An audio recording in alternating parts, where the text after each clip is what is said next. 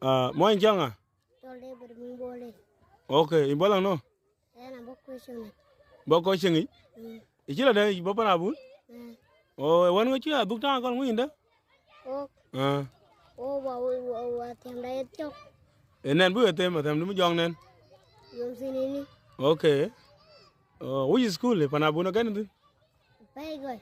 A fai go eh? Okay, en de kan du kala no re intini. Karazwan.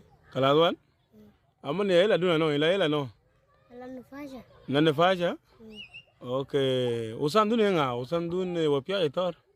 Atol sadut. Oh, nama dir pana bonu janga. Atol tongkaran. Tonggarang. Aina toro ke nyara tor gune ko ne pai. Mamete. Kujasai. Okay, mamu tu jala sai. Oh, aina la pana bonu bak. Oh, yan pana bonu nyara pai.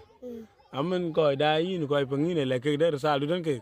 Ya lwe kala ko shone. Ha? Ya le ke kala kana. Cambiaro campas caman namanya. Okay, jami ro ko pas man won ya. Na yin e kun. Enam kon la be pinba. E kun bin bak. Okay.